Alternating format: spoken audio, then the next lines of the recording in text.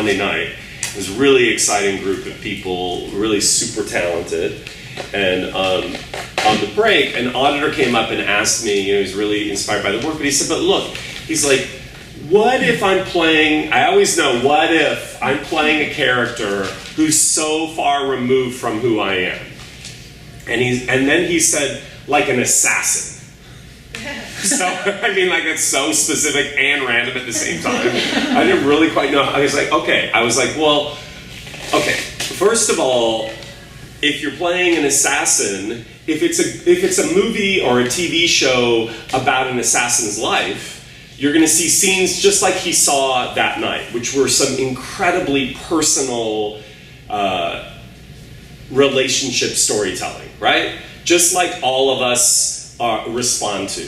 And then I was like, and then it'd be the life of the assassin, sometimes at home with his wife or his boyfriend or his kids. And then the next scene, he might be out there with the gun or something. And I was like, I don't know how to teach that aspect of it because you're just going to learn the physical requirements of it, right? And then if it's a big like B movie kind of assassin, I couldn't even really address that. So I was just trying to get him to understand that even assassins or even characters that seem so far removed from us, if it's really good storytelling, they're just real people. And one of our teachers in London had, on a different day, was telling one of his students not to play the uniform, which I think is a really great note. You can't play, what does somebody in uniform look like? Why are we trying to play the idea of what somebody, a doctor, a lawyer, a cop, a fireman, a teacher, what does that look like, right? So I explained this to him, but I don't think he really, I think he was like, I think he was quite skeptical that there is still some other idea of playing characters that are removed from us. So then yesterday on the plane, I love it, this happens to me all the time.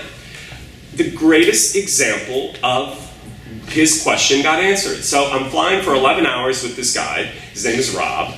And of course, I become really good friends with all my seatmates. Maybe to their annoyance, because I'm like, oh my God, what do you do? And like, they probably just want to sleep and watch a movie, whatever. So we started bonding, and it was really interesting because he's got 3 kids, and he lives, I don't know if I should be telling all this stuff about it. But anyway, he lives in Riverside, and then, of course, I told him the kind of work that I do, and he, like everybody, has a different dream for himself, which is he's working so hard in the family business that he's really creative, and he was telling me about like a lot of his construction stuff, and I was like, oh my God, you're a designer, you're a builder. And so of course by the end of, before we even took off, I was like, okay, I'm gonna be your accountability buddy.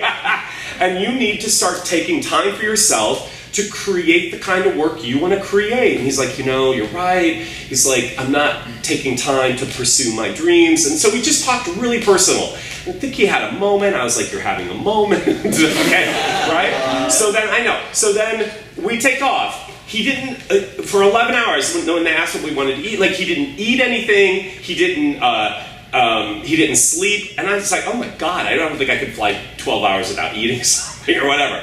And he was awake the whole time. Okay, maybe some of you know where this is going.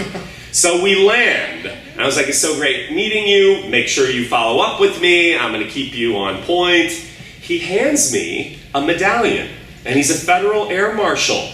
No shit. Yes. Wow. But he also, all this, I was like, so wait, are all those stories you told me true? And he's like, yes. He is a man of uniform. And you have no freaking idea that he is also a human being with pain and love and dreams and desires, and his life he had a vision for his life like this, and then it's gone like this, and he's trying to figure out how to get back to this. So you put him in an air marshal uniform, which he wasn't wearing because they all go not unclothed, but yeah, that's the jet lag. But that totally answers what the actor was asking me about. Well, what if you're playing an air marshal? They're just like you or I. We gotta get to the marrow of the human experience, kids. And then the other stuff you can play, the gun work or the physical stuff or the stunts or whatever.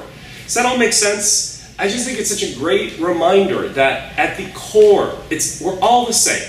Everybody's the same.